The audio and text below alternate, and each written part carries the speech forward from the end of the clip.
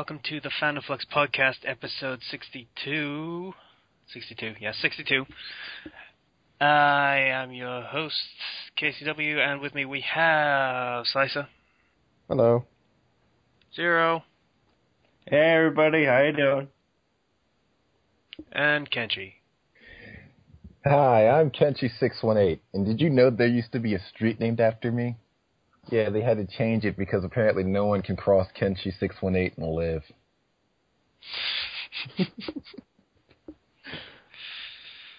I knew that was coming. It's just... I don't know A lot of whether traffic accidents on Kenchi 618. I don't know whether or not to be disappointed or impressed. I'll take a healthy combination of both. Who lives at 618 Kenchi Street? Kenchi 618. I don't know. There were a lot of accidents at the house, so people kept moving. You saying you're a murderer, Ken? I think that was what he was implying, yes.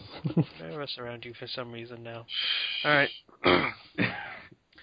So, we're going to start with what we're doing. So, we're going to start with Ken for what we're doing for a very specific reason, and I want to point this out. I don't know whether he's realized this yet. Ken, it is Black Friday week this week. You are, in fact, not working retail this year. Yes. Did you realize that? Yes, I did. Yeah. Does it feel good? It feels great. Oh, I imagine it does feel great. I'm not leaving the house Friday. After I work from 1 in the morning until 9 in the morning, and then I'm going home and staying put on Friday.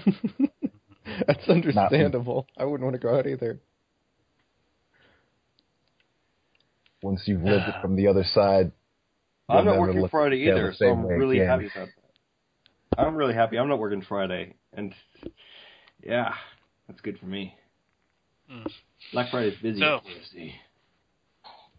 So, Ken, what have you been doing this week? Well, interesting thing happened. Someone left a Bloody Mary chain message in my reviews for Better Left Unsaid. Like, if I don't send it to such and such many people at midnight, I'll be killed and blah, blah, blah. You know, yeah. I just wish the person who did it had him using a guest account because I wanted to respond.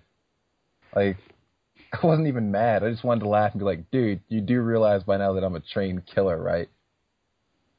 Like, even if I was superstitious and that was real, someone showing up with a knife isn't going to scare me into not doing anything to protect myself. Besides, as I said before, ghosts are weak against the radiation from cell phones, so that wouldn't even be a problem in the first place. I would have gone with, dude, it's 2014, and you're doing a chain letter. Yeah. Well, you remember, have you guys seen that scary movie where the woman just beats the shit out of the ring girl? Yes. Yeah. That's how I see that encounter going. I appreciate that. It's a completely one-sided fight. Let's see. In addition to that, oh yes, I have to give a shout out to my main man, username on fanfiction.net, Gaming Akari. He sent me Far Cry 4 on PlayStation 4. He is a boss. Oh yeah, that game came out.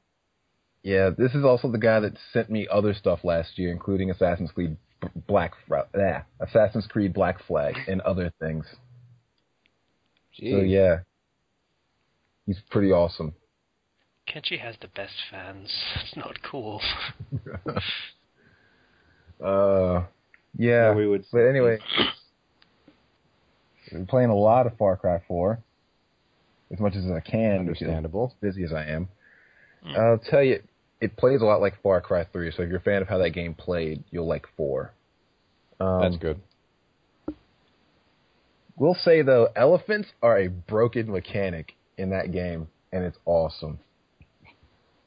I don't even have to... Like, if you're hunting for animals, I don't even have to hunt. I will go across the map to find an elephant, saddle that shit up, and head back to wherever I'm supposed to be finding the dangerous animals like bears and shit. I'll just tank them instead of actually having to hunt them. So I don't get killed by, like, a tiger or something, or a leopard or something coming out of nowhere. And How do you ruin the skin on those? Is that only if you kill it with explosives, or is it like just enough bullets will do it as well? Explosives. Alrighty. Don't kill stuff with explosives or it'll fuck it up. And elephants were kind of a godsend because before then I was trying to kill rhinos with a bow and arrow. That didn't work out. Yeah. I don't see that going well, yeah. Rhinos are super dangerous. They don't do anything unless you attack them, but I needed their skins, so I tried hunting them. If they were close enough to know that I was the one after them, they would... it wasn't pretty. But elephants are totally broken. Not only are they can flip cars and shit and take on rhinos and everything. You don't even have to be riding one for them to be dangerous to everyone else around you. I took 2 entire bases in Far Cry 4 just by shooting an arrow at an elephant in the vicinity of the base and just let the elephant kill everybody inside of it.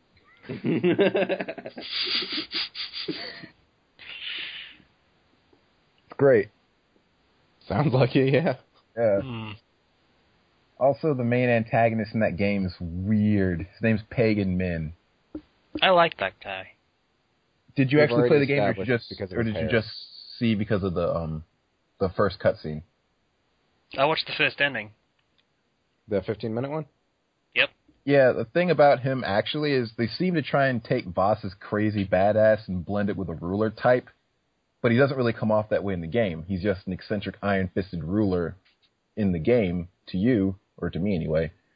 Voss was awesome and scary because the thing about him was you never knew when the fuck he was going to show up during your missions, and when he did, you could usually count on being screwed.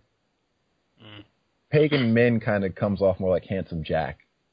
That's not a bad thing. I know, it's not bad at all. It's a good comparison, too. It's pretty good. He's like Handsome Jack, except that his messages that come across to you during your missions are never followed by an annoying amount of Hyperion loaders. So, he's more amusing than anything else. You mean free XP? I hate those things. I really love corrosive weapons, so I was set whenever those things attack. It's the constructors that I hate. Yeah, those things. Oh, suck. yeah. Yeah. So yeah, Pagan Min's kind of cool. I don't think I'm halfway through the game yet, so we'll see. I haven't even killed any of his generals yet, so I'm taking my time. I'm trying to max out all my shit before I actually start doing stuff. I'm almost finished doing all the side missions, getting all the everything, and then doing story mode? Trying to find all the shit first. I've almost finished all of the assault side of the abilities branches. So that actually ended up screwing you over in Far Cry 3 because some situations just did not happen twice. Like pulling 2 guys under the water. There was like one situation in the entire game you could do that. Is there anything like that? Is the skill tree locked by a story? Other things that are locked that you need to do certain things to unlock. Like, do you need to do a double takedown or something to get a certain ability? The thing is, most of the assault branch stuff is based on side mission stuff. Oh, all right, cool. Oh. But the ones on the other side, like the health and drugs and stuff, those are pretty much main mission associated. Like I can't get more health without going further in the game and stuff like that. Can't max. Oh, so it's not like based on how you fight. It's more based on just, you need to do this thing and then this thing and then this thing, this mission, whatever. Yeah, and then you can spend your points on that. Okay, that's much better because I got completely locked out of an ability in Far Cry 3 because of that bullshit. Same here. Yeah. Annoying. The Far Cry 4 way of doing it, as you described, does make a lot of sense, though, because, I mean, your character is growing as you spend time in the area. It's assumed, anyway. I mean... There's a vehicle takedown that I want to use. What? Like, drive alongside a vehicle, you kill the passenger and the person in the car with a takedown. I want to see what that looks like. I need to do it. That sounds awesome. It sounds like something from Sleeping Dogs. Sleepy Dogs. Sleepy Dogs? Sleepy Dogs. Yeah. God, I love that game. I love it. It's just Sleepy Dogs. Sleepy Dogs. Yeah, in addition to that, I am down to a slim, trim 198 for the time being. Woo! It's going to go lower. And life is miserable.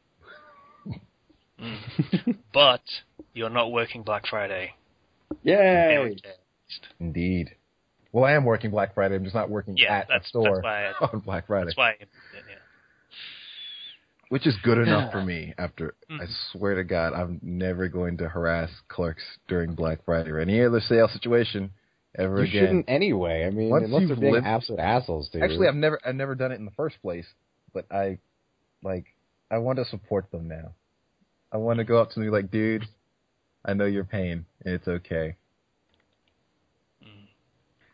Yeah, but I'm to actually get along with getting there with everyone else who's shopping on Black Friday. Yeah, I'm not doing that. So yeah. Thing is, if you were to actually try and get into a shop on Black Friday and try and tell them, hey, it's okay, I sympathize with your situation. They'll be like, fuck I've been you. there, bro. They'll be like, get out, there's somebody else in line behind you. Get up, get out, we're trying to deal with customers, not you fucking well-wishers. We don't give a shit. Let me just do my fucking job, alright? Piss off. It is. I feel like that's exactly how Kenji would have replied in the same situation. I can't do that. I couldn't do that. Yeah.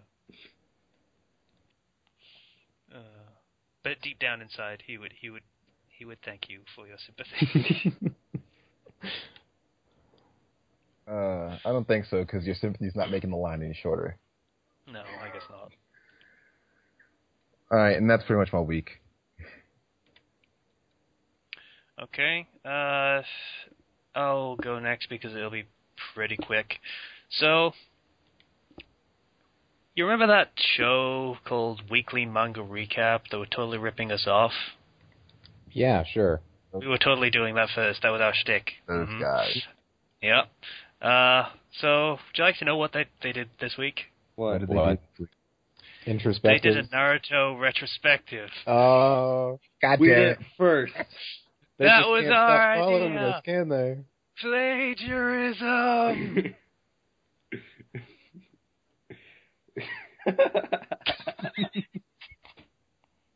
We were planning to do a retrospective even before Naruto ended.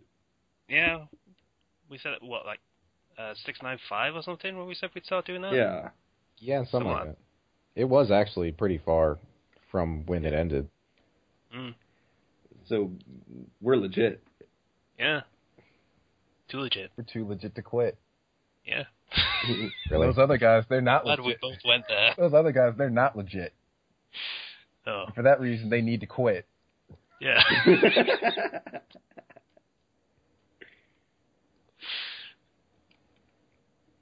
I don't even want to be a part of this anymore. I quit. No, you don't. Fine. Alright. Because you're too legit. To quit. I'm gonna stop now. I'm gonna stop. So, still playing Dragon Age. Still a fun game. Ran into a bit of a game-breaking bug, though. In cutscenes, it will crash. Oh. Like, straight-up crash. That's pretty bad. Especially when it keeps happening on one specific conversation, so I can't progress. Dude, just let it load. It's not crashing, just let it load. No, it's actually crashing. Taking to the desktop? The display driver is crashing, so yes, it's crashing. Which cutscene is that? Are you actually playing the game? I actually am playing it, yeah. It's the first time you meet the Freddie Mercury lookalike. The dude with the striking mustache. Oh yeah, the first time? Yeah, in the church. Okay. Yeah. In that conversation, it just keeps crashing, so I can't progress. So I instead went to the multiplayer of Dragon Age, of this hardcore RPG. I'm playing the multiplayer component of it. Yeah, that's weird.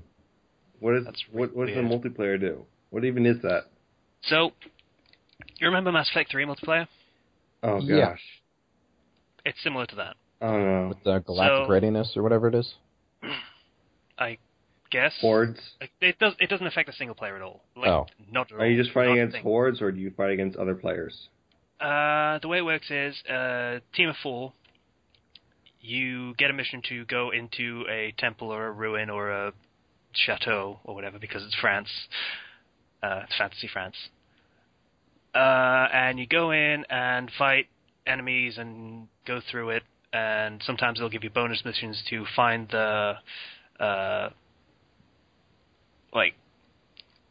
heirlooms or something like that, and do that, and then you go to the next section, and then you go to the next section, and go to the next section, and then there's the final section, which is basically horde mode. Basically, there is a bunch of enemies and one big badass boss enemy. I have not actually finished this sequence of events. I always get killed in the 5th area because it's kind of bullshit. Well, that's unfortunate. But yeah, it's fun. It's a lot of fun to play, so that's good, I guess. That's what you want, so. I just wish I could keep playing single player. Yeah. But, well, never mind, I guess.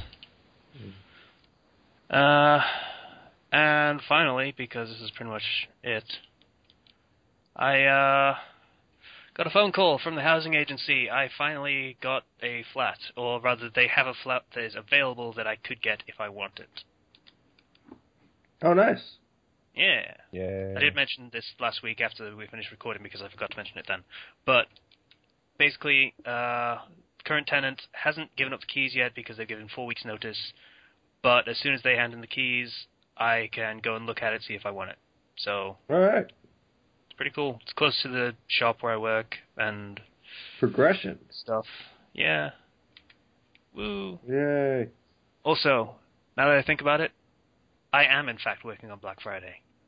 But it's not a thing. It's not a thing in that country. Wait, also, it's a charity shop as well, so no one cares. I don't know. You don't have any doorbuster deals for? Nope. Everything's like 10p anyway. Kidding me? Drop it down to 2. From 5 a.m. to 9 a.m. only. You couldn't pay the bills if you dropped it that low. The bill paying the bills as it is, but no, whatever.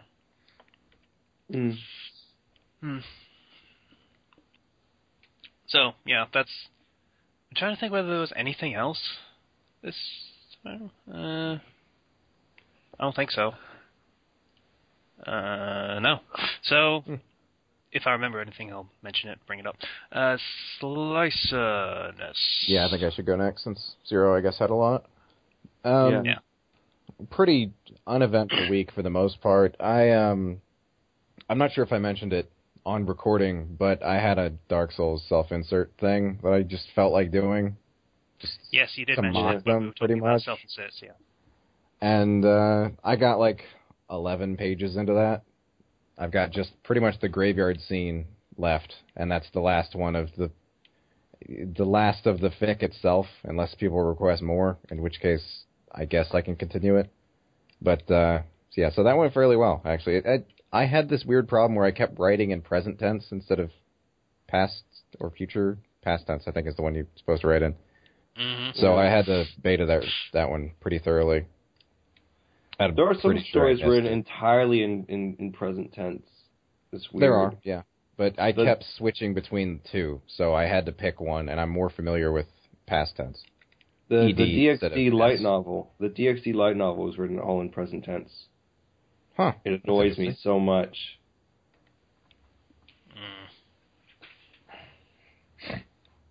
Yeah, aside from that, I've discovered I'm apparently really well suited for yoga, not because I am flexible, but because I am stubborn. Okay. Yeah, so I'm going to try that because I feel I'm getting flabby. I mean, I don't mind being out of shape, but as soon as I start gaining weight, things are going to change. Namaste. Yeah. And it's not like my bed is a decent size and my room is tiny, so I can do it there. And last thing, that's it. Actually, that's my entire week. Oh, Zero. Alright. You have lunch. So, immediately after last episode's recording, I went out and bought Dragon Age Inquisition. Yay. Like, immediately afterwards. Like, alright, so I'll see you guys later. I'm gonna go buy Dragon Age. So I bought it for the PS4. That was pretty much how it happened, yeah. I bought it for the PS4. And, there are some bugs. Not gonna lie. Shocking. The game-breaking bug, by the way, Casey, they're putting out a patch for it. Yeah, it's only on PC, I think. Yeah. It also says there's a driver you can download to fix it. I just looked up. There's been a bunch of suggested fixes, like turning off Origin Overlay and do some weird thing with the drivers. Yeah, this is BioWare's suggestion. Oh, okay. So I'll just link that for you. Okay, thanks. So, basically, my first character I made, I thought it imported my Dragon Age keep, but it didn't. So I was 15 hours into the game before I realized that. I was actually more like 11 or 12. So I resetted. Yeah, I did the same thing. My character at the time was based off my D&D character. He's a dwarf. Kind of had brown hair. His dwarf voice sounds so deep, and he was always pretty jolly, so it reminded me a lot of Santa Claus. It's great. His hair is brown, though. He was like a young Santa Claus. So my second character, I was like, you know what? I'm just going to be silly with this. So I gave him, like, I kind of, like, gave him, like white hair. I gave him a red, like, thing over his eye, and I was like, this dude is going to be Chunibyo, or Chunibyo. He's got 8th grader syndrome. He wants to be cool. Made him an elf. and I made him a two-handed weapon style user, because obviously white hair equals big weapon, and yeah. Well, yes, it does equal that, I just have to say. I swear to God. I definitely have a big weapon. Yeah. Be quiet, Casey. So yeah, I made him look like a nerd. And I was just having a lot of fun with that. He's got like a red coat on, so now he kind of looks like Dante. It's great. Dante the dwarf? No, Dante. No, he's an elf. Oh, right, okay. Yeah. I thought you meant you turned him into an elf because he was tiny still. Oh. No. So, I was having a lot of fun with that and replaying this. And I gotta say, a game's good when you're up for 24 hours playing it. That's just signs of a new game for me. I do that constantly. Yeah. I was up playing. I got to play it late, so I was just up till 7 a.m. playing it. I killed a dragon in it. It was so hard. You did? Yeah. Holy shit. That's like, you're not supposed to do that. Not that early, at least. It was a level 12 dragon. I was like level 11. Oh. And there was a high dragon in the hinterlands. And yeah, the first time I fought that thing on my other profile, I got wrecked. I didn't even get to fight that thing. Let me outline my encounter with this dragon the first time I saw it. I go through this little cave because it's through, you have a campsite and then you go through this little cave. Then out on the other side there's this big open area. Yes. Ooh, a nice new area that I can explore. And you see, hey look, that looks kind of like one of those dragon lings. Oh. And then dragon comes flying down from out of the sky, still in the sky, shoots a fireball down, hits my character, he dies immediately. Yeah, I went in fully equipped. I put on belts of fire resistances. I had Solus out there with ice magic, because that was its weakness, because I went in tactical mode. And I survived that thing with basically, I think almost all my characters were like near dead. I had no potions left, and if I had gone 1 second longer, I would have died. And I have to say, killing a dragon in that game is incredibly rewarding. You get like 3 unique items, include like I got a unique item for fire resistance, a belt of fire resistance, which increases my fire resistance to like 30 or 40%. That's pretty good. Which is really good. And so he dropped like a weapon, and I was really happy about that. And I tried to fight another dragon, and a lightning dragon is very different from a fire dragon because they're immune. That it shoots lightning. Yeah, and they're immune to disabilities, and they target your mages. I hate status immunities. That's bullshit. And they also put on DOT effects on your allies, so you start taking damage over time. Oh, you have limited healing potions. Yeah, dragon fights are a big deal in the Dragon Age games for obvious reasons. I mean, they're in the name. But like, I killed that dragon, and then Iron Bull, one of my high members, was like, "Dude, we killed a dragon. That was the sickest thing ever." And it's like, yeah, bro. Like, I seriously, like, is Iron Bull like the best character in that game? He is. Like, you get a cutscene when you talk to him, he's like, "Yeah, we kill a dragon," and he gives you beer, and you can choose to just keep drinking with him. And he approves every time you drink. It says Iron Bull approves. Drink again, Iron Bull approves. You can choose to leave, but that's no fun. Yeah. You just keep just keep talking. Keep your character drunk with Iron Bull. Yeah, Iron Bull. What was the way they phrased it? What was the way they phrased it on the wiki? I think it was they were comparing characters to food, and he said Iron Bull would be either rump roast for size or a chili dog for a delicious mistake. Because Iron Bull, the giant Kunari with one eye, is romanceable. Yeah, by everyone, both genders. Right? Both genders. He doesn't discriminate, you know. Speaking of romance, because I feel like I should bring this up a little bit. The options kind of suck. Yeah, in this game. If you don't play a straight male, you only get 2 female characters that you can romance. Whereas everybody else is pretty much good with anything else. Yeah, you get 4 options in total. You get Cassandra, who is quite an interesting character, but masculine as all hell. Like, as in... Her conversations reveal that she has a very feminine side to her, though. She does, but more... Yeah. The appearance is like, okay, she is a career knight, and thus that is a masculine pursuit, so she has to look really, really masculine. Yeah. No, that's not entirely true, but whatever. Yeah, then you have Josephine. Who is boring. Yeah, she's romanceable by both genders, too. Yeah, she's just kind of not interesting. She's a diplomat, and that's about it. That's all you know about her. But then you have, what was his name? Dorian? Dorian's, it's only male on male for him. Yeah, he's the Freddie Mercury lookalike. Yeah. I'm not even kidding. I've seen him. Yeah, I can back that up. He's just Freddie Mercury with facial hair. Great mustache. Freddie Mercury had facial Freddie hair. Mercury had a booming mustache. Yeah. Oh. Not the same style, but yes, he had a mustache as well. Yeah, and then you have Iron Bull, which is, let's be honest, that's the joke romance option. Yeah. I mean, he's kind of awesome, but yeah, it's a joke option. And if you're female, you got, like, Colin and other things. Yeah. And Solus, but nobody likes Solus. No one likes Solus, and you could romance Sarah. Who? If you're female, yeah. Have you actually seen Sarah yet? No, I don't believe so. Her face. My goodness. Something's wrong with it. Yes. The nose, most obviously, but... She's...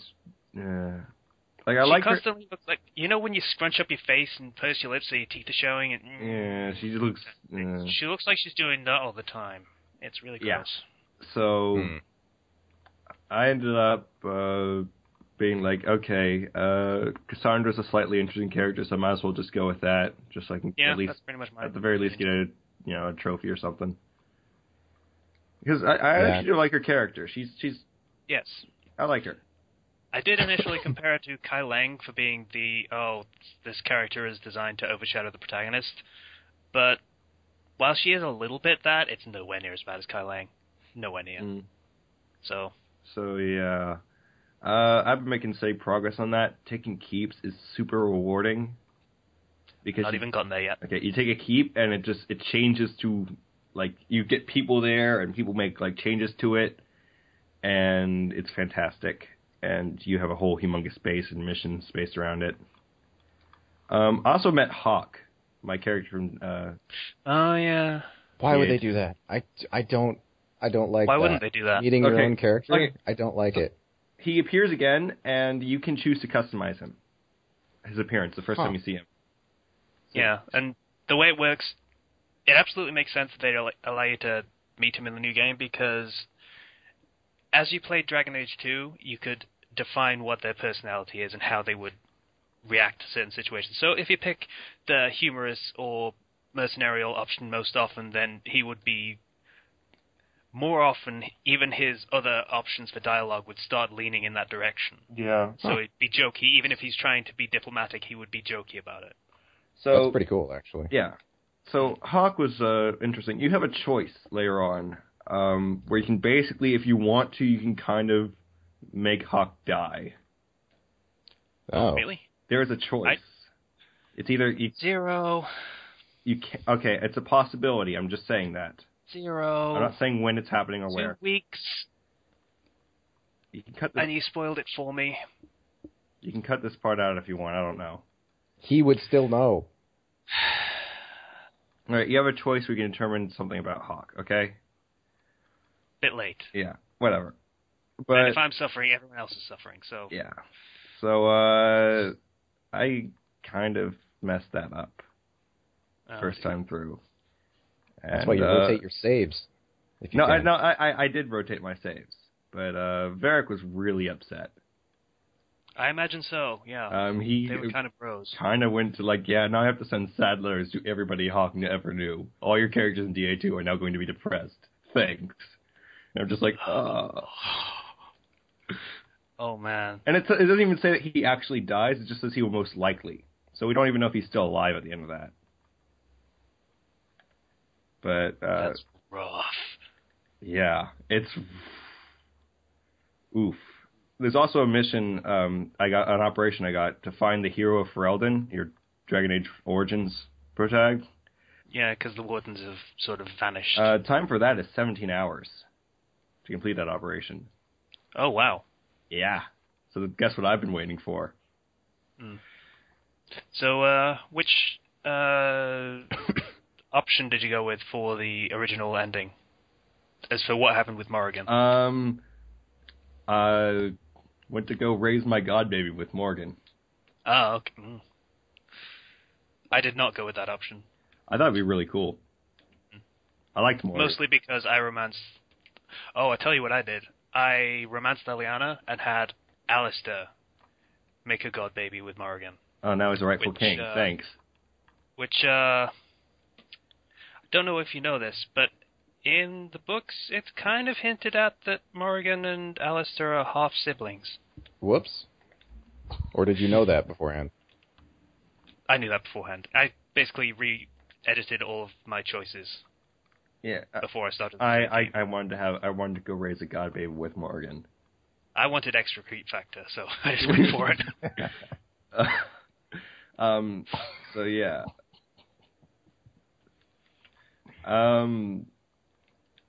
So other than that, Dragon Age has been a lot of fun. I got Smash Bros. for Wii U. That came out. Fantastic. Completely fantastic. That's all I can say about it. That's all I will say, since Casey's going to fall asleep if I say more. But completely fantastic game. I did that bit. I think I'm done with that bit. The falling asleep during the podcast thing. Alrighty. It was good the first time. It was pushing it the second time. Yeah, it feels like a complete game. The 3DS version, in comparison, doesn't feel like one. Well, it wasn't. They had some pretty serious limitations because of the system it's on. But it feels so much better playing characters with a GameCube controller again. After that, I had to cover a dude's shift on Saturday. And I was also working on Saturday. I was like, hey, you can cover me on Friday, I'll work on Saturday. He was like, fine. My boss said, no, you have to train a guy on Friday. So I ended up working Friday and then a 1 to 10:30 shift on Saturday, which is the longest shift I've ever worked. And it was pretty okay, actually. I wasn't super destroyed by the end of it, so that was great. I found a new manga that I feel like should be thrown out as a possibility for a potential new manga reflux thing. It's called Boku no Hero Academia, and the story, and this has been ranking in the top 4 in every single Shonen Jump thing. It's like one of the top ranking ones, and I feel like Kenshi would like this one. Because the premise of it is that there's a it's set in modern day, except people have superpowers and whatnot, and the main character has no powers, but he wants to be a hero. Oh God, it's Sky High, isn't it? No, wait. Let me finish. The main character has no powers, but he studies heroes. He's like a big fan of them. And then he basically ends up meeting All Might, who's this most powerful hero who's like super like strong and everything, like ridiculously strong. That's a good name for a hero. His name is All Might, and like he has moves. He's like Texas Smash, Detroit Smash, saying random American things. He's super American. It's great, and his costume is red, white, and blue. It's amazing. And his name's All Might. Okay, I'm into this. Okay, and so.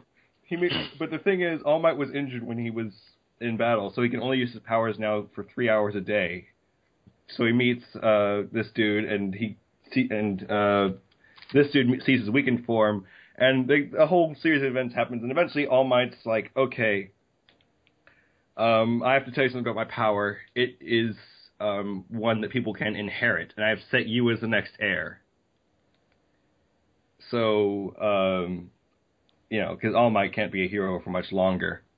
Mm-hmm. So this dude basically, he's like, okay, how can I say? It's like, you're too weak. You're way too weak to even use that power. If you were to use my power now, you would destroy yourself. So you have to train. You have to increase your body strength to actually use the power. I feel like this is Captain Marvel's origin story. But it's really... It is Captain Marvel's origin story. There's a lot more to it that I'm not really getting into detail about, but it is by far the greatest new shonen manga out there. It's like 13 chapters in, and I'm loving it. I didn't want to do it. Don't judge me. Someone had to. So, other than that, I think there was one other manga, but I think I'll save that for freaking recommendations. Alright. So I'm done. Alright. Alright. Oh, I forgot one thing. I've been downloading the Evil Within, that's it, for like 10 days, and it's still not done. It's at like 80%. So, next week I'll have played that. Or rather, I'll complain about the crippling save issues they're not save issues, crashing issues that it has. All right. So, first topic is, as appropriate for having just now finished the Chunin exam retrospective for Manga Reflux. Everybody go watch it. It's awesome. Well, it's actually kind of depressing. But it's appropriate that we now talk about tournament arcs in series. Because, those are awesome. They can be. Most of the time. I feel like we kind of lectured on this a little bit already, but... We did, but, that was in the Reflux. Not everyone watches both shows, so... So, the thing about tournament arcs is they can really be some of the greatest arcs in a fighting manga.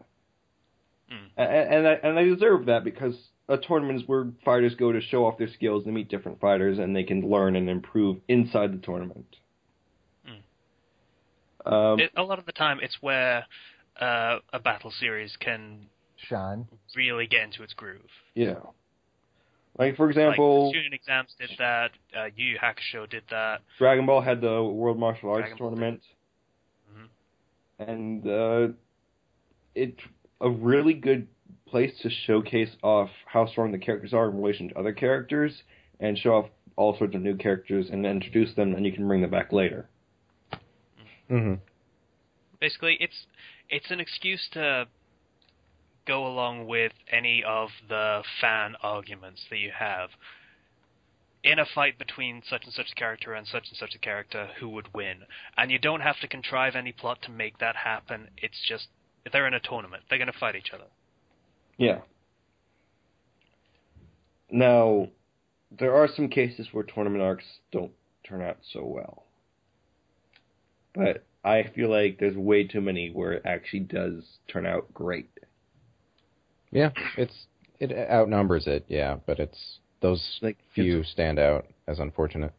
Like we mentioned, Naruto's training exams was great until it got broken up halfway through and we never got to see the fights that we wanted to see. Yeah, it was literally, hey, here's all these fights that are going to happen, and I bet you're really looking forward to them, huh? Well, that sucks, because we're going to do this other thing now that no one really cared about. Yeah, because the tournament arc creates expectations. If you want to see this character against this character. Like, you want to read a tournament arc. Because you want to find out who's stronger than who. Yeah. And, yeah. See,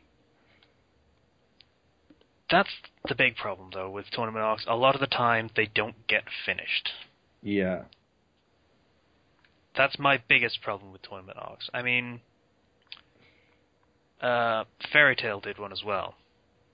And I can't remember, did that one get finished? Or did it, get cut off right at the last event? They had some time travel BS, I think, that happened. I can't remember if they actually finished it, though. Yeah. It's, this is going to be a tournament, and we're going to have a tournament and fight and stuff and compete. Oh, yeah, they end up splitting up. They end up splitting up. You guys fight the tournament, we're going to go do plot, and then plot broke everything. Yeah. Yeah. So, that's the problem. When you... Obviously, a story has to have plot. You can't just have the tournament being the tournament. But, learn something from wrestling, for example. You can have plot, just the characters wanting to fight each other, giving them reasons outside of the fact that it's a tournament to want to fight each other. And that's a story in itself. But a lot of series seem to just ignore that aspect of it and have this big overarching plot that's a reason for the tournament to be happening and all these plots going on in the background to mess it up or whatever. And that feels unnecessary a lot of the time. I mean, Fairy Tail is a heinous example of it, because yes, Lucy needed reasons to be interesting, because you hadn't had any for a while, but time travel is a dangerous concept to play with at the best of times. It breaks a lot of mangas. Mm-hmm. Well, Fairy Tail had already played with it, but yes. And then it got in the way of the thing we actually wanted to watch, which was those, interesting characters that were already interesting in interesting fights that were already going on. Yeah, they were actually... That was what we wanted to see, and we didn't get that because time travel. The thing about Dragon Ball is that the tournament was kind of the thing for Dragon Ball. Yeah. For Dragon Ball, it was everything happens at the big tournament. For Dragon Ball, yeah. In Dragon Ball Z, it was kind of more of a plot device. In Dragon Ball Z, it's we can go... It was more of a place for everybody to meet up, if anything. Mm-hmm. Because, I mean, the only major tournament I can think of in Dragon Ball Z that they really did was the Cell Games. Which wasn't really a tournament. It was just, you line up, Cell's going to fight you. Yeah. Line up, everybody, you're going to get killed. And it was great. More team deathmatch than tournament. Team deathmatch. Yeah. Team deathmatch. The fighting games tend to use this concept a lot. It's a good one. I mean, it's easy. It is. It's an easy basis for a plot. I mean, Street Fighter, Mortal Kombat, obvious examples.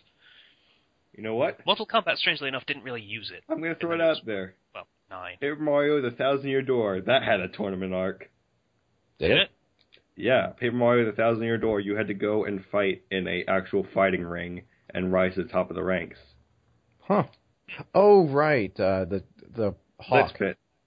Yeah, you had to fight against the Rock Hawk. Yeah. That was one of the greatest parts of that entire game. You know what makes that even better is the state I live in, Iowa. Our team, I guess, for sports is the Hawkeyes. So we have Herky the Hawk, and that was for sports. Yeah. What, all of them? I guess. I don't know. I think it's just football. Sports. I don't know. Is it your college? Is it like Iowa State or? It's probably college football. I don't know what the hell Iowa State's mascot is. So yeah, I was just equating Herky the Hawk with Rock Hawk, or whatever his name was. Yeah, and I liked that. I liked the fact that you could rise to the ranks, and once you got there, you got perks. Once you were top, you got a special room that could instantly heal everything for you. Oh, God. What? Elder Scrolls Oblivion. The Arena. Ah, the Adoring Fan. The Adoring Fan. Oh. That was a penalty. Oh, by a zero. Yeah. Did Skyrim have an arena? It didn't, no. Yeah, I think they were planning to have one, but they didn't. Because they didn't want to. So yeah. weird. Because Civil War was going on and stuff. It was kind of important, yeah. But also dragons. Yeah. I wish they had an arena in that game just so they could have a dragon attack happen in the middle of it. Yeah. I noticed we just went on about how having the tournament get interrupted would be terrible, but if a fucking dragon attack, that'd be awesome. And then everybody turns to fight the dragon, and they're like, okay, let's finish the battle afterwards. Yeah, not even a plot or anything, just dragon attack. Casey has a strange love of dragons. It's not strange, I'm Welsh. That still makes it strange. I don't care what you say. No, it doesn't. Yes, it does. Again, it's on our flag. I am obligated by tradition to love dragons, because they're awesome. Again, and sheep. Don't love Dragon Ball. It's because Dragon Ball has absolutely nothing to do with dragons. Shenron's a dragon. Who the fuck is Shenron? The dragon that's summoned from the Dragon Balls. That gives you your wish. Magical wish. That's not a dragon, that's a genie. Well, he's awfully scaly and gigantic and reptilian. There can be scaly genies. Also, Don't discriminate. He's really not a dragon. He's like a serpent. He's a Chinese dragon. Chinese dragon, dude. I didn't say I like Chinese dragons. I said I like dragons. Oh, so now you're nationalistic dragon lover. All right, dragon fine. racist. Yeah. Dragon racist. Okay.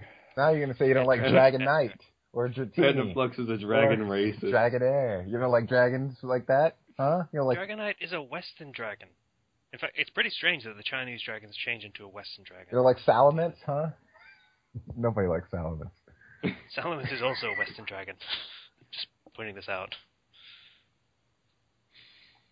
It's also a big fat fucker. Okay, I think... Anyway. What were we talking about? Tournament arcs, they can be overdone, like Pokemon. You can make them interesting at the end, or you can just have your character rise to the top of the ranks and everything can be fine. We'll have the character lose. That's a valid ending for a tournament arc, is to have the character lose. Like in Pokemon. Yeah. Freaking, Ash loses too much all the time. You get the syndrome where you stop seeing as tournaments, because you know your character's not going to win. Yeah. Yeah. Pokemon overdid it. Ash should have won one. Yeah. Technically, well, no, that wasn't a tournament. That doesn't count. That was just a battle against one guy, was the Orange Islands. Yeah. One admittedly awesome guy who had a Dragonite, but you know. I always count on Ash losing right around the time when they stop numbering the rounds. Mm-hmm. No. He got to the semifinals once. I think. Yeah, he got to the semifinals. Against Tobias, the bullshit guy with the legendaries. Yeah.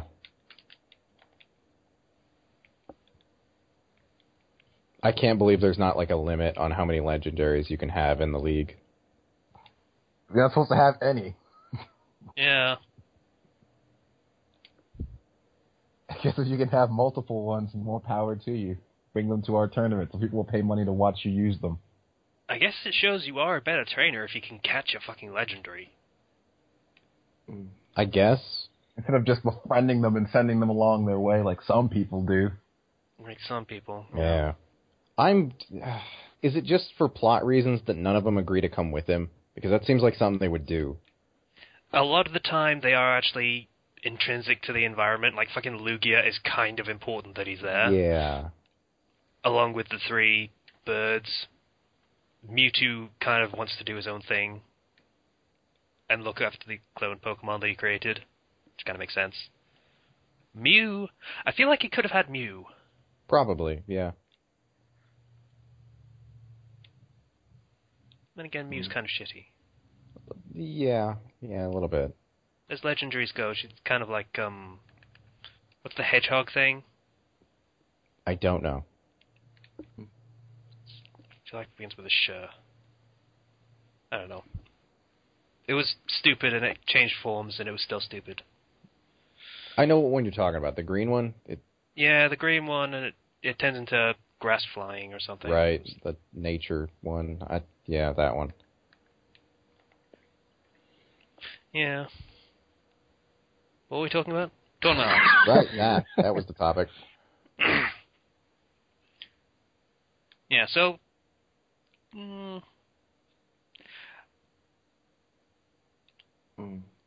I feel like the character losing all of the time is not invalid, but if he loses over and over again and he actually starts to do worse, then it doesn't feel like he's getting better anymore. It doesn't feel like he's improving. It feels like he's on the decline, which makes you not want to watch them. Also calls into question why he keeps competing if he just keeps losing. Or why he keeps competing with, starter Pokemon every time. Right. Yeah.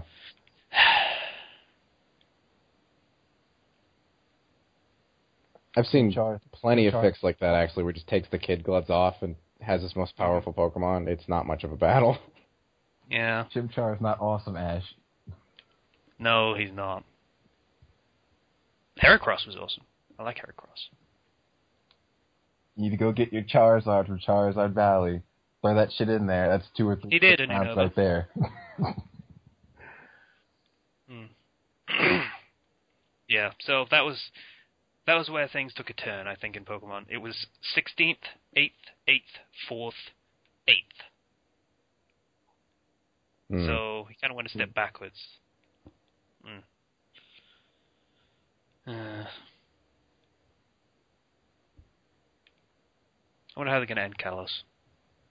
I don't know. Probably come in 8th again. 8th again, and then 16th again. Make it, even. Yeah. I only did as well as the fucking first time I competed, so I'm going to fucking retire because I'm shit. He can't retire. He's only 10 years old. Yeah. Oh, that's another discussion. Christ. All right. We got anything else to say about tournament arcs? That seemed to cover it pretty well. Okay. So, next topic. Lovely fella named Ericsson asked for a favor from me.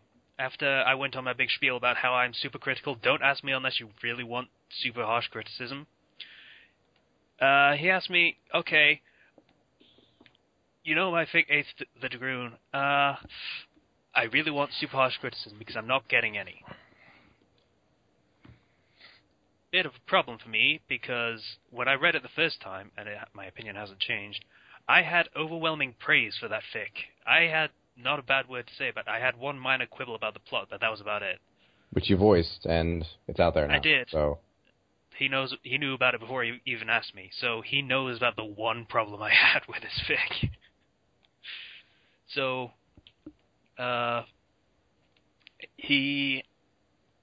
this is basically, what is a good way to improve on your writing when you already have your established style that you're comfortable and how you can write, and you know what you're doing, all that stuff, it's all perfectly fine, to the point where people aren't even complaining anymore. It really comes down to, I feel like, once you have your style and once you have everything down, it really comes down to keeping it interesting, if anything. Because you can write well, yeah, but you need to make sure to, I guess, as long as you're maintaining interest, you should be fine. As long as the plot's interesting. Because plot's... that's if you still think your writing itself can improve, and you're not really getting any, critiques on, hey, you're doing this a way that's convoluted. How about you write it like this? Or why don't you break this up more? And if you're not getting any of that kind of criticism, you can always... You're usually writing in the first place because you found something that made you want to write, or you found something that you liked enough to get you involved. So look at other things, look at other stories that you like and see if you can, or look at other books or things in general. Try and take some style tips from how those things are written. Yeah, that's really good advice. Try to integrate, I guess. You don't have to break up. You don't have to break up the way you've already set things up, but you can take small things, like, you know, maybe you can use a better word for that, or maybe you can use this or that. Like, there are lots of other really, really great, you know, authors out there in the world, and you can feel free to take inspiration from them. Like, if you feel like you can improve.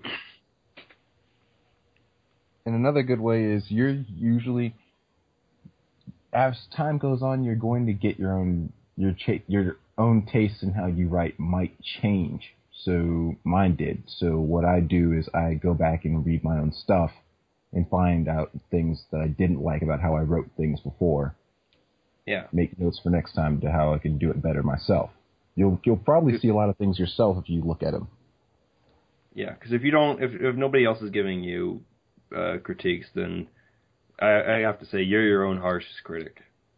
That's how you're going to have to become one. Yeah, that's how you should be. You have to be your own harshest critic. You have to look at things that you've done and say, I could have done this better, I could have done that better, or that wasn't as effective as it could be. Because if you can do that, perfect. Because you understand your intent and what you wanted to get across. So, yeah. Or you can do it the super lazy way and get a really quality control style beta. Yeah, that was apparently his problem. All of his betas just gave him some really generic advice, and whenever they would fix up his stuff, they'd make it look pretty instead of strictly read properly. Which I can't really... I do that too. I mean, I would say that's the best way to beta read, so that's a lot of work to go in there and like try and fix other people's stuff to the... My beta reader really goes in there, and he likes to go really in depth. He's because I have a really good beta reader because he watches a bunch of videos and reads a bunch of stuff on how to do stories correctly and all these different stuff on how to like do things better. So he's very well versed, like very knowledgeable about that stuff. So I have a really good beta reader, and that's something that's really hard to find. So try hard. I'm just saying. I'm kidding. I'm kidding. I'm just saying that you're not always going to get the best beta reader in the world, so sometimes you have to be that best beta reader. And that's what I do for most of my other stories. It's not as... I'm not the best at it. I don't think I'm anywhere near the best at it. But I'm still working on improving myself. Yeah, that's something you have to work on. You know. Wow, that's surprisingly, comparatively to what I told him when he first messaged me, it's surprisingly conservative advice. I said try something completely new. That is also a good idea. Just try a series. Completely break the mold. What he does a lot, in particular in this case, is he does a lot of battle fics, he does a lot of High School DxD, a lot of Fate Stay Night, and a lot of dark stories. He gets called out on it being too dark very often. So I suggested try and write something simple, something happy, something upbeat, maybe something that's just pure comedy. I recommended specifically just write a school life fic. Yeah, it's a day in the life of school life thing. That seems like the opposite of what he writes. Yeah, so just try something that's completely outside of his wheelhouse and see how that goes. He would probably get more criticism because it's something he's not used to.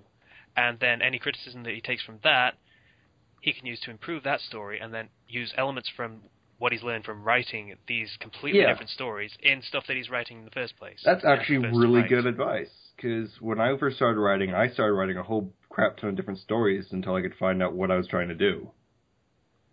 And that really helped me improve quickly. Also, my beta reader is really, really quick to call out Grim Derp.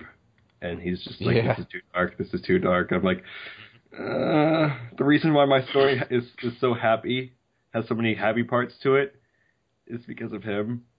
Yeah, he's probably right. I mean, if it was all dark and drab and dreary all the time, then it would be a slog to read through it. There were like 3 or 4 moments in particular that he called me out on, and if I had put them in, my story would be getting heavy criticism for just being way too dark.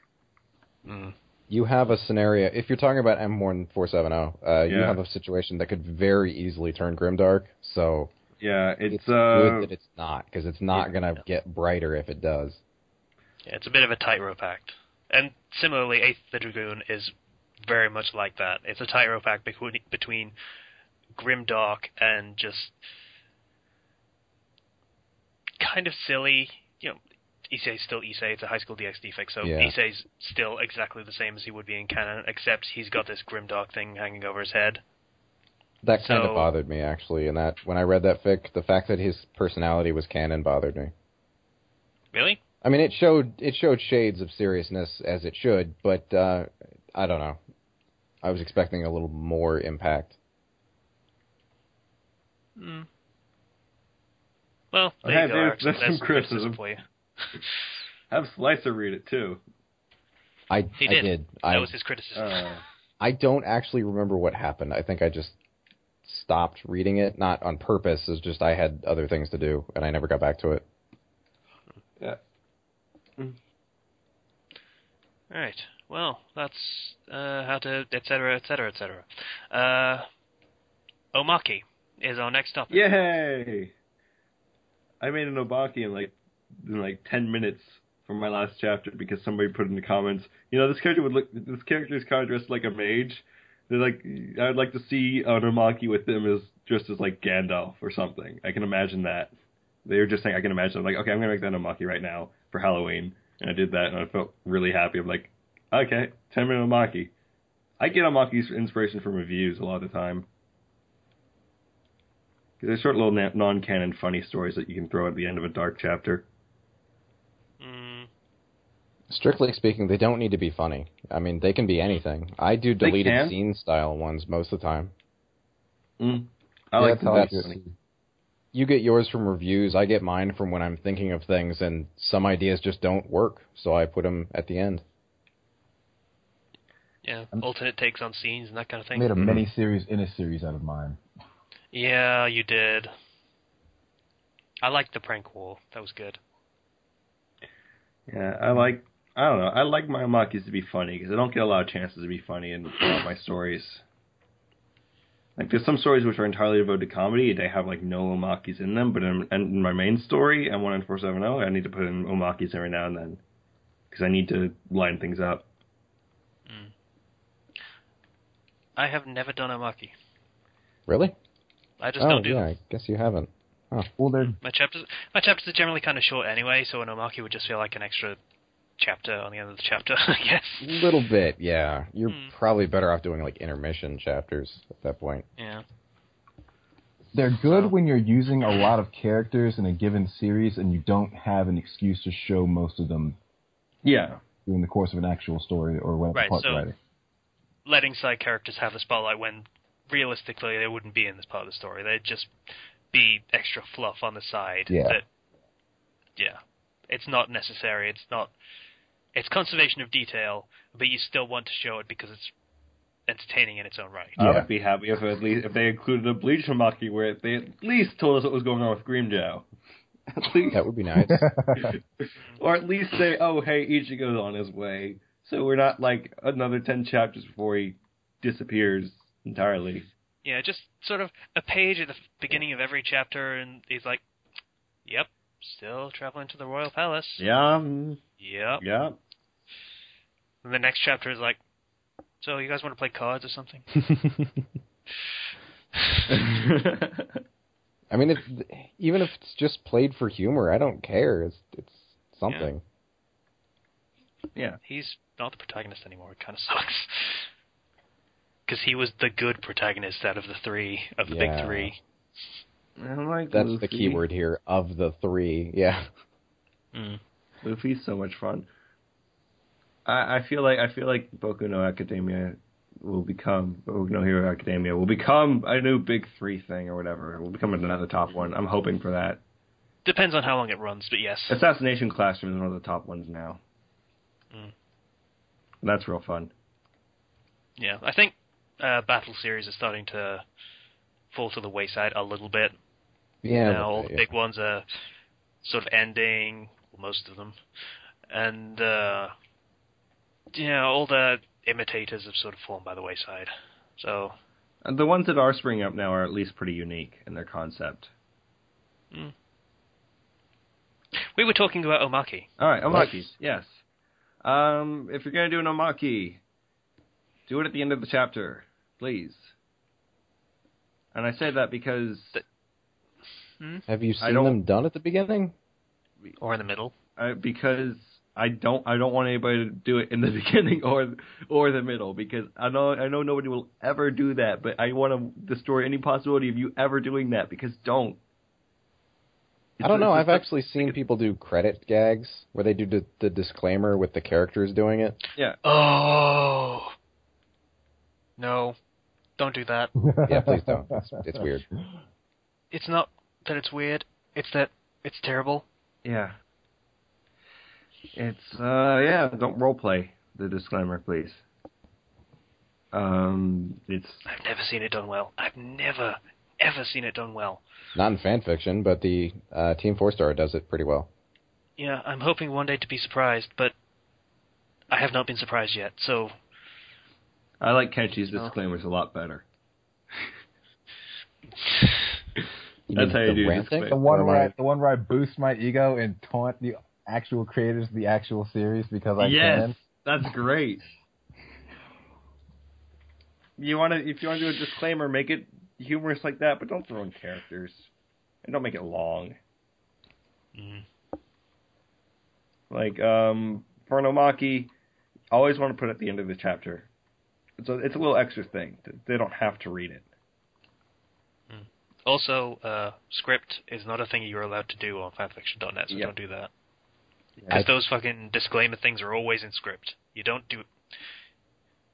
Fanfiction doesn't do script. Don't do that.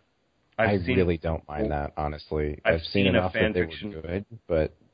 Yeah. I've seen entire fics done in script. It is no. I have to. I've only seen one done. I've seen a couple that were good, but it's not something you do on fanfiction, so don't do that. You're not supposed to, yeah, but the number of people that actually call you on it are pretty small.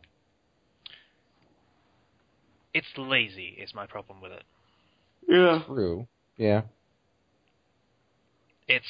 I don't want to bother putting in how the characters are saying these things or anything like that. I don't want to add inflections or anything like that. I just want to say, here's the dialogue.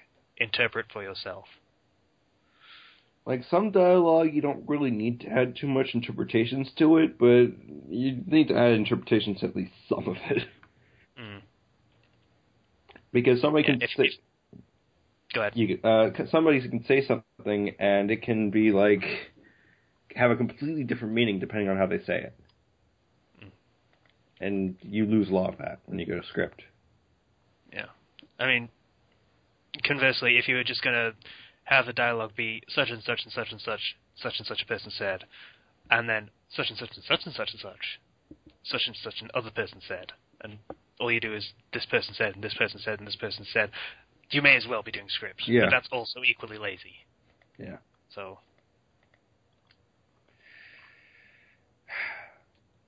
yeah, omakes. Omakes. This is going on way longer than we thought it would. Only because we keep getting distracted and not actually talking about the topic.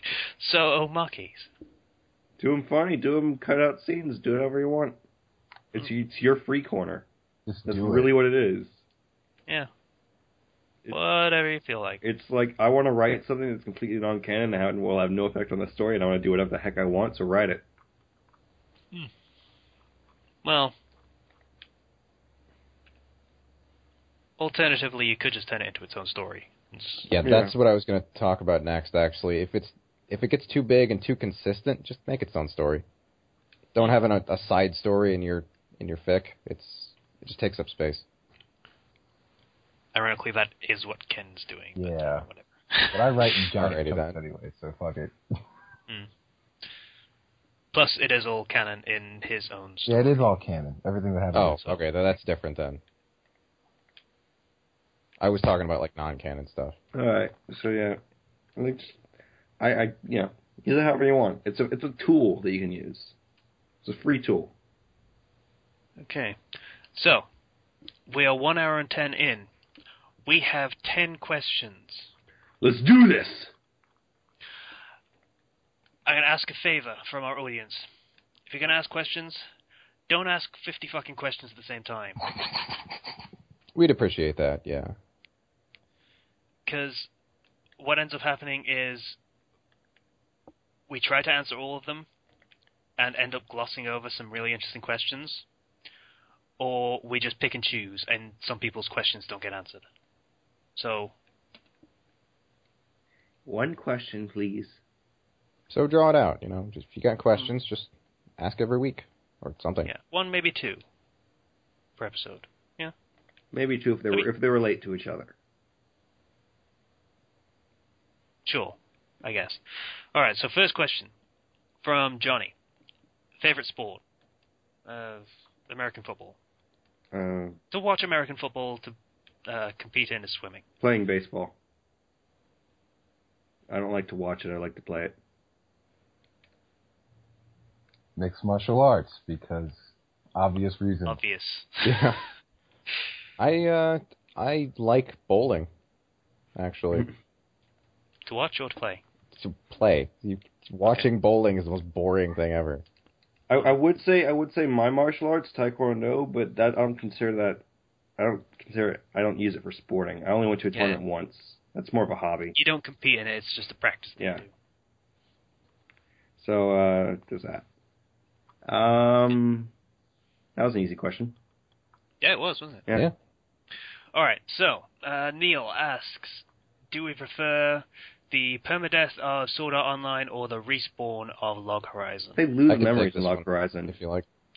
They do, but they respawn, that's the thing. Okay, Slicer? This depends entirely on what you want to do with your fic. The Log Horizon method creates determinators. The Sword Art Online style makes, Death Seekers, pretty much. For the most part, anyway. I mean, there are obvious exceptions to each, but for the most part, that's what it's going to do. Like, between the two of them, I kind of don't prefer SAOs. Okay. I say that because SAOs, although more dire, it leads to a lot of drama.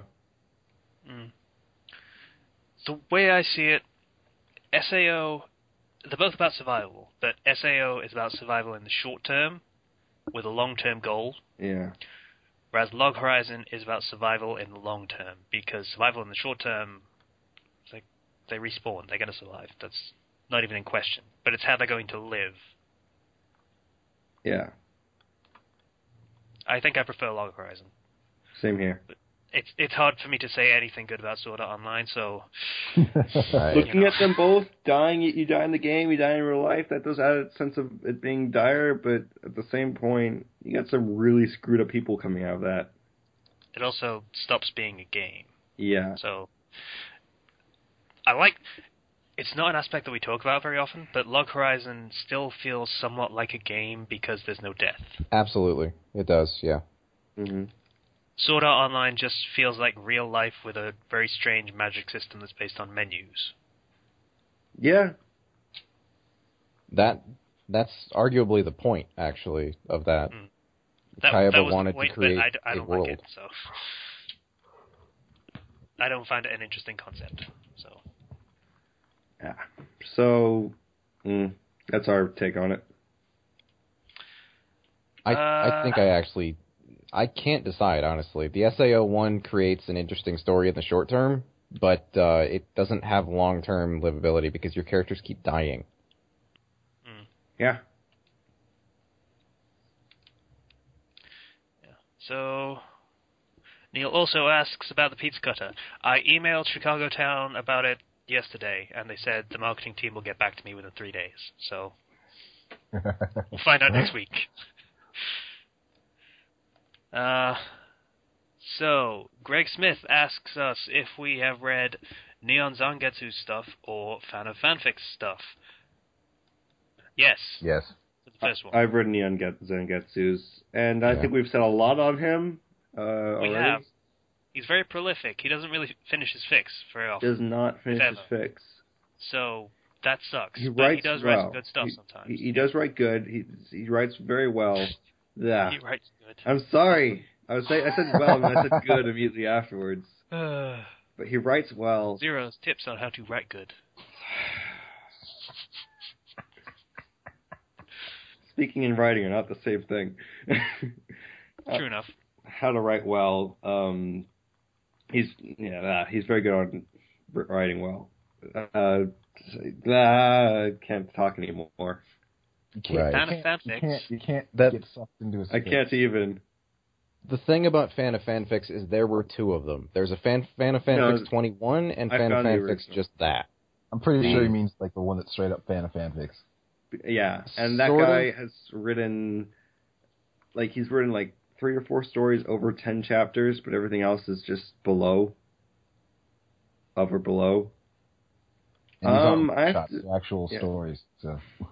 Yeah. Here's the thing. Here's why I think he meant the 21 person, because there's Fanfics 21 has written a story called Storm of the King, and it's an offshoot of another fic written by somebody else, and I think he might be referring to that. It's Naruto, as in female Naruto, basically becomes Arturia from Fate's Day. And in the offshoot, she gets a servant instead of just the sword and meeting the Lady of the Lake. I'm not sure, because this Fan of Fanfics also writes Naruto, and he has 47 stories. Yeah. He's basically. It feels like he's basically another Neon Zangetsu. Yeah, it's a prolific thing without finishing his stories. They're very similar in that aspect. Okay, then it's probably that guy. Yeah. I'd say I really don't I understand you want to write what you want, but people get invested in stories, and you might want to pick one. Just pick a main story that you will update regularly. That's all you need. Writers get bored. Yeah, unfortunately. Yeah, and since we do this for our entertainment as much as anyone else is, it's not fair to expect them to meet your demands when you're not paying them. And the reason why I haven't updated some of my stories is because I'm bored with them. So, you gotta pick one story that you're most interested in and be like, I'm gonna try to at least keep writing this. Until you get bored of it. Yeah. They just get bored a lot easier. That happens to some people. So yes, I do appreciate their writing, because they write a lot, and that's a very good thing. Some consistency would be nice, but, whatever. If they're enjoying it and they're going to keep writing because they enjoy it, then I'm not going to complain about it. I can't endorse that kind of writing style. It's either write one-shots or stop, I don't know, be upfront about the fact that you're probably never going to get more than 4 chapters into something. I think we can just assume they're never going to get more than 4 chapters in at this point. I mean, there is a lot of evidence to suggest that.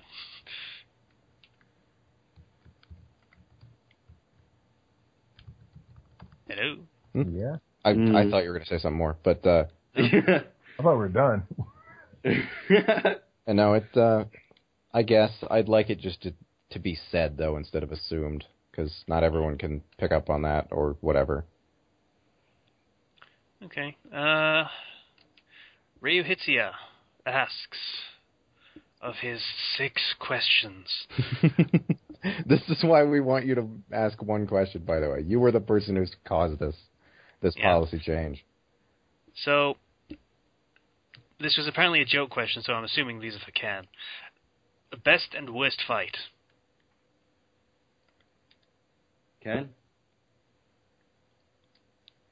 Can she? Can she? Timing. Oh, that is timing. Okay. Call dropped him. No. Have we actually lost Ken from the call, or? Yeah. There's a problem. Oh. So, we're gonna stall by saying our best and worst fights. My best fight was when I punched one guy in the nose and then walked away. And my worst one was when I tried to start a fight with a boxer, and that didn't go very well. Now Ken's back. Your best worst fights, Kenji. Okay, my best fight ever was actually a series of them. It was a one-day tournament I was in when I was 18, and it was just great. It was my first actual, like, real series of fights. The first one, I don't remember the kid's name, but, and this is, like, super ghetto, by the way. This was, like, I'm fairly certain this wasn't even sanctioned, but I like to believe it was, because it makes what I did not illegal. The first round I had, it was like an 8-person tournament. First round, I spent half the round, like, I have to question how much training these people had, because this was not a difficult tournament to win at all. The first kid I fought, I basically kept him at range, jabbing at him for half of the round. And at the end of, like, halfway through the round, I ended up taking him down. I ended up German suplexing him. And ended up getting his back. And he held out for like a minute and a half, but eventually I got a rear naked choke and finished him. Second round, that was actually a 15-minute full 3-round fight. It was actually pretty good, but the kid was kind of point spar. So he wasn't really... Like, he didn't throw for damage, he threw punches to land and score. That's not really going to score you points when everything I'm doing is making you backpedal, and I'm actually hurting you when I hit you. That, and he had no takedown defense, but I couldn't finish him, so that ended up being 15 minutes through. The kid that made it to the final rounds, I don't see how in the hell he did it. He was not good at all. How do I put this? The way he punched, when the fight started, he came out winging, like, the most chicken-looking haymakers I've ever seen in my life. I've never fought anyone that threw punches like that ever. He was just like basically flailing his arms at me. That's what we call innovation. Well, he innovatively got knocked out in the first round because I knocked him unconscious in the first round. I basically had to time when his arm was wide open after swinging a punch, and I just got him with a hook, and he went down. It wasn't even hard. Oh. So your best fight was bullying a bunch of kids that had no idea how to fight. Hey, they all signed up for it. I expected actual competition. It wasn't like I'd had any experience myself with that. That was my first time actually fighting. When I was 18. And I got a medal, and I got $75. And that was what I got. Awesome. Yep. Well, for an 18-year-old, that's pretty good. Yeah, it is. I kind of want to talk. I actually did some sparring, some pretty interesting fights and stuff when I was in martial arts, when I was more involved. So I kind of want to mention my best and worst real quick. Right. My best was actually for my black belt test. This was literally the end of my test. I had done. We had been doing basically. I would sparring black belts, all the black belts in the room. I would, between every round, I would do 100 of an exercise. So I'd do 100 push-ups, and then I would spar another guy. And then I would do another 100 of, like, say, 100 squats, and I would spar a guy. I would do 100 of something in between each of these rounds. In the final round, I got to fight my master. And it was, I could not even lift my arms at that point. I was basically kicking him with the most tired legs, but I felt so just awesome when I finished that. And it was just a great feeling of success. My worst fight, on the other hand, that's more interesting. So I was in the adult class, and one of my friends there, his mom was there also in the class, so I had to spar her. And I had trouble restraining I had trouble with self-control at that point. So I kicked her a little bit too hard in the stomach. She responded with like a punch straight to my face and gave me a bloody nose. Yeah, that was bad. Now that you say that, I remember now. I know what my worst was. My worst ever was I had a roommate in college. And, like, literally the first day we met, it was like 1 or 2 days after we moved in and first met, we didn't know how to approach each other. We literally approached each other because he saw that I had sparring gear. I had gloves and headgear and stuff. And he was like, "Do you fight?" And I'm like, "Yeah, do you do?" "Yeah." So immediately we went down to like the gym area of our college, and we just started sparring with each other. We fought as the literal first thing we did as roommates and friends, because that's how. And yeah, during the spar, he kicked me in the head, and he wound up cutting my eye with his toenails. They cut me above the eye. Ow. Yeah. That's something. Yeah, we're still friends. Don't worry, I got him back. We've gotten each other repeatedly. I actually dislocated his shoulder on one occasion. Wow. Yeah. This is the same person that I told you, like, I kicked him in the head because he kept ducking way too far. This is that guy. We're very good friends. I imagine at some point you bought him toenail clippers for Christmas. I did not get around to it. What I did from that day forward was I always wore headgear, no matter what. So I can't get cut like that again. Well, it's either that or you like take duct tape to his feet. Get leg wrappings. Okay. Yeah, that's that question. Yeah, I haven't. Next question is favorite takedown. So, yeah. Ken? Favorite takedown. German suplex. No question. Everything in the world. Just get behind them, get the waist lock, pop your hips, take them up, bridge, slam on their head. It's fantastic. I'll second that. Yeah. I think that's the best takedown ever. If it doesn't knock them out, you have their back. That, or I think maybe the Tiger Driver. I don't know what it is. I think it's everything, but yeah. Tiger Driver? Tiger Driver is when you have your opponent bent over in front of you between your legs. You get their arms behind their back. You're holding their arms. You pick them up, flip them, and then powerbomb them. That's pretty cool. All right. I don't know. I like both of those. It's also extremely not realistic. Well, it's one of those wrestling moves that they just do it for show. Yeah, it's a wrestling move, pro wrestling move. Right. You actually can powerbomb someone. Like regular powerbomb, you can do it. It's just very situational. Okay. Next question is asking Zero about obscure stuff, basically. And you know what? We're going to turn that into a topic for another week. Then he's going to do all of it, and then he's not going to talk about it again for a while. I want to do a segment. I want to do a whole, my own separate videos. I could do that. Yeah, that'd be great. Just talking about obscure stuff. All alone. By myself.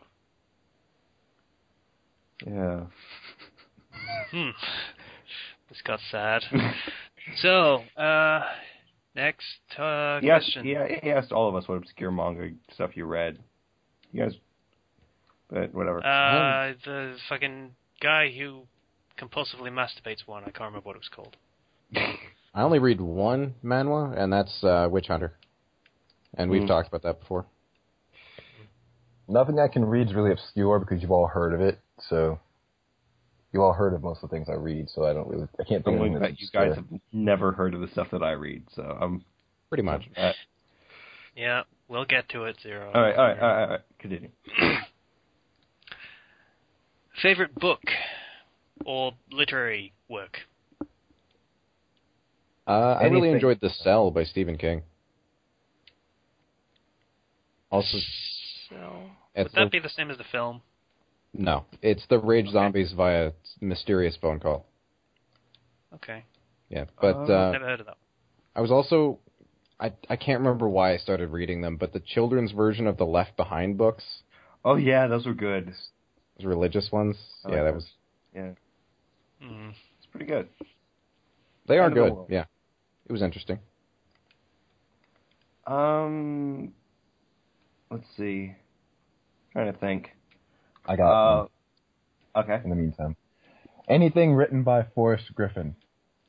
His first book, Got Fight, is a satire of self-help books, and it's hilarious. The second book, Survival Guide to the Apocalypse, Be Ready When the Shit Goes Down, is a satire of survival guides, and they're both hilarious. Don't they also technically work as survival guides? No. There's some things in it you can take seriously, but you know what not to take seriously in both of those books. There's some things that are dead serious, but when he starts making lists in the middle of the book, that's when you know you should probably not take what he's about to say seriously. Okay. Good stuff. Zero, you got anything? What was it? I really liked Name of the Wind. I don't remember who it was by. Let me just search it up real quick. But that was this is a really good, awesome series. It's by Patrick Rothfuss. Fantasy, and it's the first book in a series called The King Killer Chronicle. It covers one of the most awesome fantasy dudes just ever, I guess. Lubu? No, it's just the main character is really awesome in it. I really like it. He said fantasy, not fancy. Oh. Yeah, but I really like that series. That's what I'm going to name because I really enjoyed it. Okay, favorite book. I don't read a lot of books, so there's not a lot I could talk about. I mean, I read some Fratai books, but they weren't very good. The Alphabet of Manliness by Maddox, of the best page in the universe, Maddox. It was kind of sucky. There's a Beer in Hell by Tucker Max was also kind of sucky, but amusing at times. They're probably all false.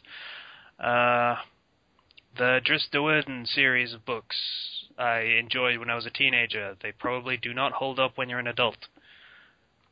Game of Thrones, I read the first 4 books. They are probably kind of overhyped, to be honest. I mean, they were great, but they're not spectacular, as everyone seems to think they're the best books in the universe. At this point, how much hype there is, I think they would need to be pretty much literally perfect to live up to that kind of hype. They have flaws. Though George R.R. Martin is very good at describing food. Anyway. Yeah, so I have no idea what my favorite book would be, because I don't read a lot of actual books. Because, fan fiction's free, and the quality is similar, if you find good ones. Pretty much, yeah. That's my reason for it, for the most part. My brother reads a lot of books, actually. He's making through Monster Hunter series, or that's the name of it. But sounds cool, but I don't want to read things that are like that, because it doesn't help me in any way. Next question. Favorite canon move or technique in a movie, manga, TV show? Mine would be reinforcement magic from Fate's Day. Okay. That's a good one. It's simple, but the potential for it is pretty great.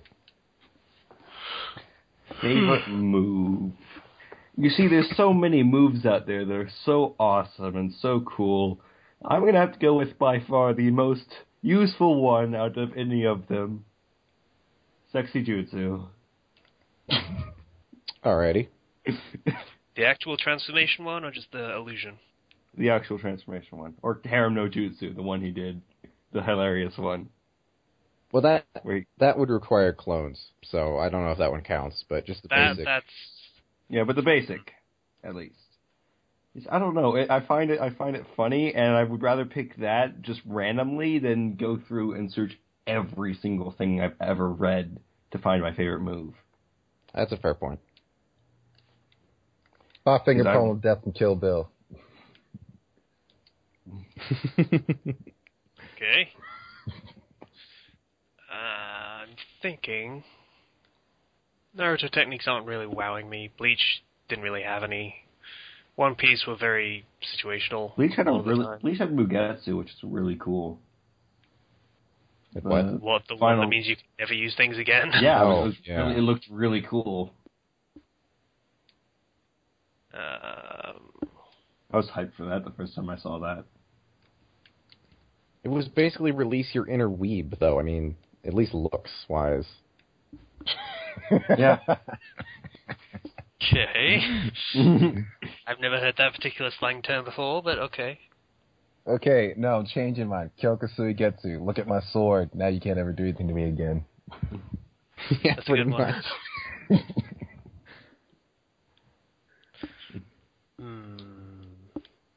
Yeah, I can't think of one. I mean, I gave my favorite fucking Naruto technique, but there's probably better ones out there. Just go with sexy jutsu. It's fine. It's a distraction. Or, wait, no, that wasn't you. I was going to say Unlimited Blade Works, but I don't think you were the one who's raved about that a lot. Unlimited Blade Works. Okay, I'm changing that. I like Unlimited Blade Works. That's one I can actually stand behind as a favorite move. But you've only seen like 50 swords. And none of them are mystical in any way. You know what? I can go out and find some. I will travel the world looking for mystical, magical swords. And then once you have, what are you going to do with the Limited Blade Works? I'm going to use it to make dinner. He's going to use it to make a hone edge so he can cut down a tree. Yeah. Oh, God, that's going back, isn't it? Yes.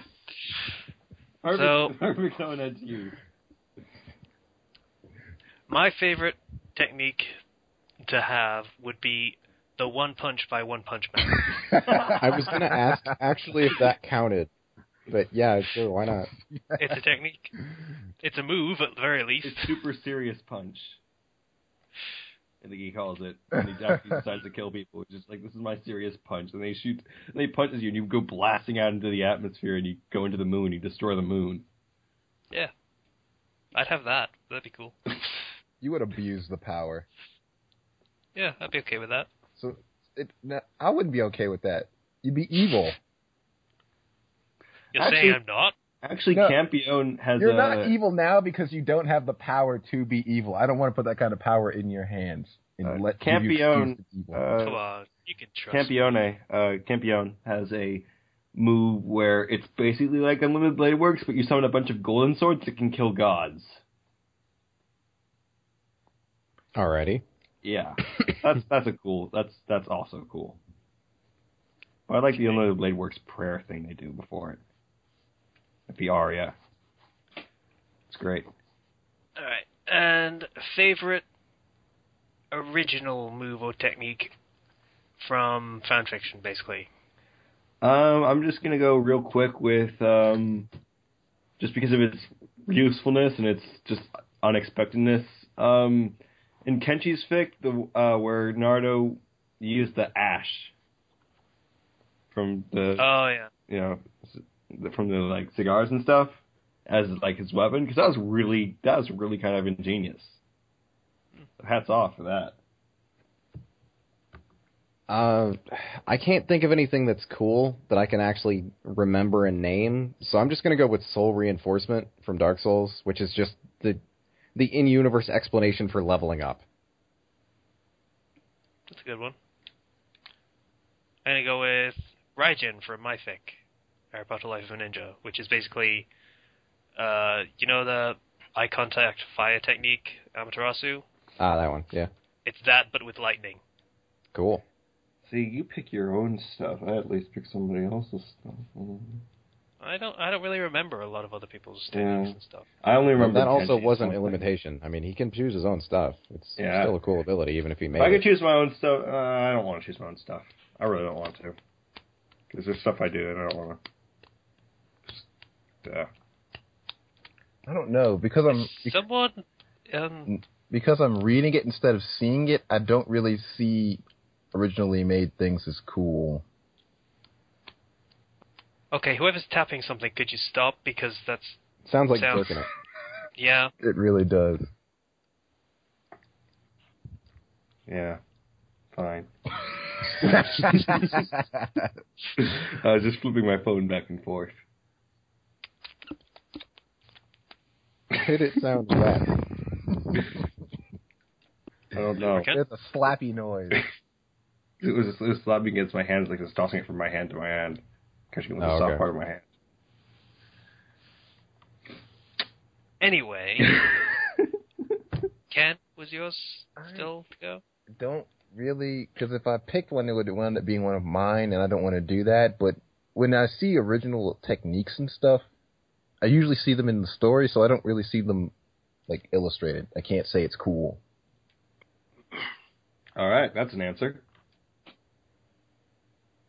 I would need to see it, though, or have an idea. Yeah.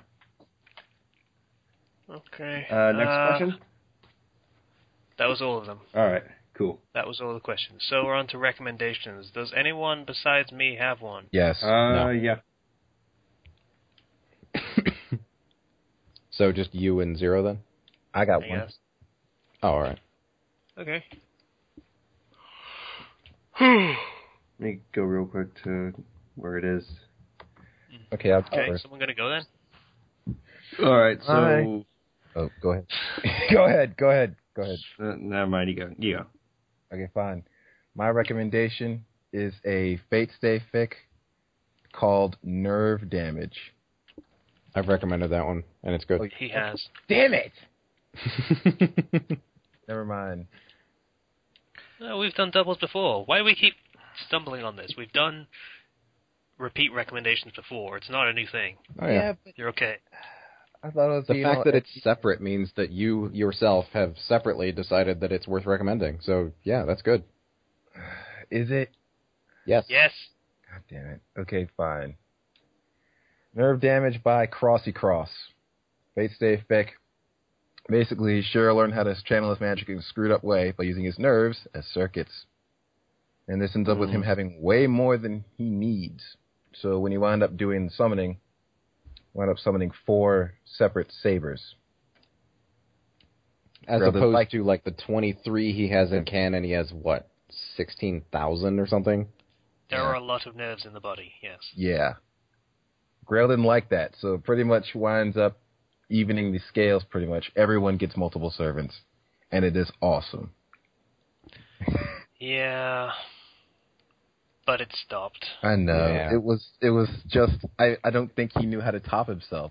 Because the last thing... How do you top Napoleon versus Gilgamesh? Napoleon versus Gilgamesh. And Napoleon's shit was so cool. He had infinite cannon work. I mean, come on. Every artillery piece he ever owned while he was Emperor of Europe. So was it Emperor? I don't know what his title Called actually. himself Emperor. He was calling himself Emperor, yes, at least.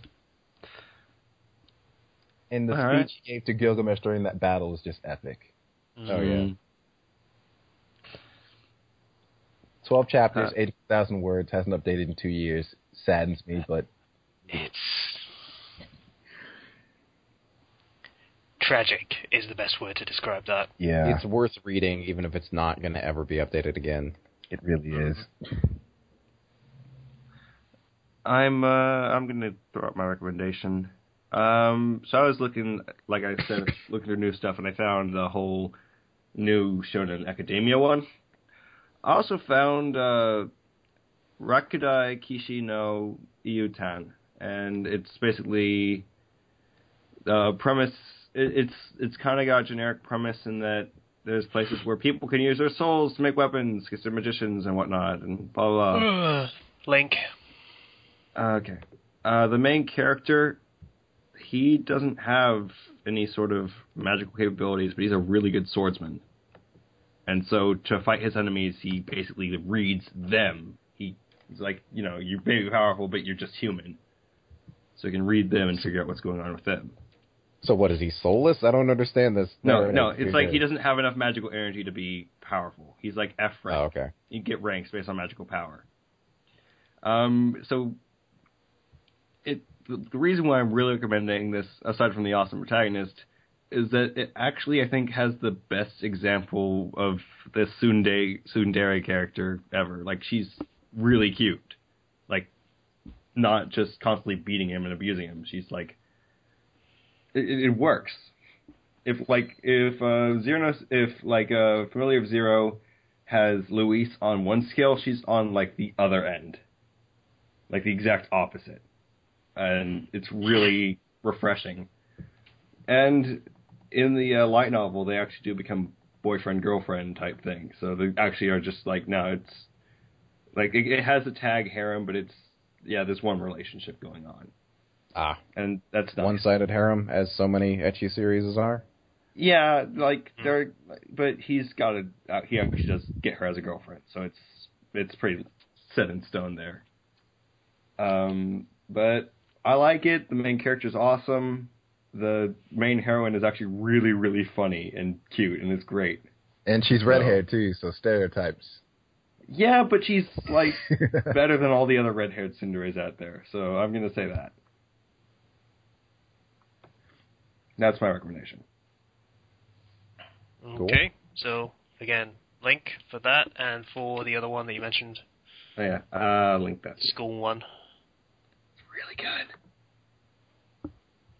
And my recommendation is, I don't know whether I've recommended it before, but a video Game of Thrones. I'm baiting it, basically. So, well, when she remembers that I'm baiting it. So I've had a few authors like that. Yeah. So, Jon Snow, video game character, you know the deal. It's pretty good. He doesn't go to the wall, or it's leaning towards he won't go to the wall anyway.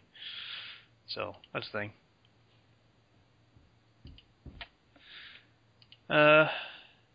Yeah, so I guess that's it. Yay. I'm just gonna make sure I get these links all linkied for the link dump.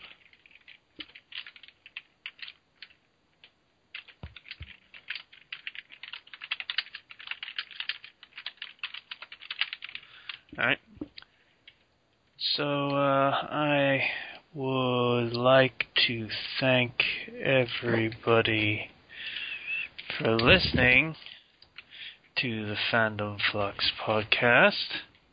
So much energy this time. 62. I'm still sorting out all the stuff, so I'm just doing it slowly so it's not just dead air. If you'd like to get in contact with us, you can do so through the Blogspot page, through the comments, or our own personal profiles on fanfiction.net, or through the YouTube channel, through the comments. Once again, I would like to thank everybody for listening to the Fandom Flux podcast episode 62. Bye now. And we can tell when you finished. All right, bye. See you guys later.